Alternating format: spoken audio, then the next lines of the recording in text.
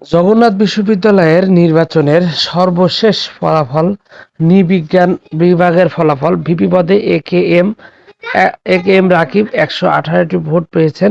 রিয়াজুল ইসলাম ছাত্র শিবিরের উনি পেয়েছেন ১২৭ ভোট। রাকিব হাসান পেয়েছেন স্বতন্ত্র ১৫ ভোট। জিএস পদে আব্দুল আলিম আরিফ ১৩৪ ভোট।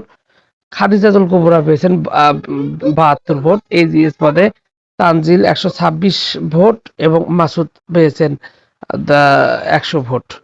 এরপর ভূগোল ও পরিবেশ বিভাগের আনুষ্ঠানিক ফলাফল ভিপি পদে রিয়াজুল পেয়েছেন ১০০ ভোট। এ.কে.এম রাকিব পেয়েছেন ৯১ ভোট। জিএস পদে খাদিজাতুল কুবরা পেয়েছেন ৪৫ ভোট। আব্দুল আলিম পেয়েছেন ৯০ ভোট। এজিএস পদে তানজিল পেয়েছেন ৪৫ ভোট। মাসুদ পেয়েছেন ৯৮ ভোট। এছাড়াও লোক প্রশাসন বিভাগের আনুষ্ঠানিক ফলাফল ভিপি পদে এ.কে.এম রাকিব পেয়েছেন ১৩২ ভোট। রিয়াজুল পেয়েছেন ১২২ ভোট। জিএস পদে খাদিজাল কুবরা তিনি পেয়েছেন ৬২ ভোট এবং আব্দুল আলিম পেয়েছেন ১২৩ ভোট। এজিএস পদে তানজিল পেয়েছেন ১০৫ ভোট। মাসুদ পেয়েছেন ১২৯ ভোট।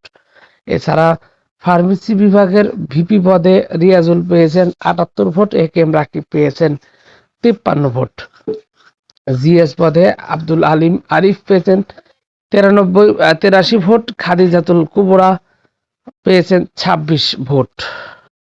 সর্বশেষ ৪টি বিভাগে অনানুষ্ঠানিক ফলাফল শেষে এখন পর্যন্ত ছাত্র শিবিরের রিয়াজুল ৪২৭ ভোট পেয়ে এগিয়ে আছেন এবং ভিপি পদে অপর প্রতিদ্বন্দ্বী হিসাবে ছাত্রদলের রাকিব পেয়েছেন ৩৯৪ ভোট।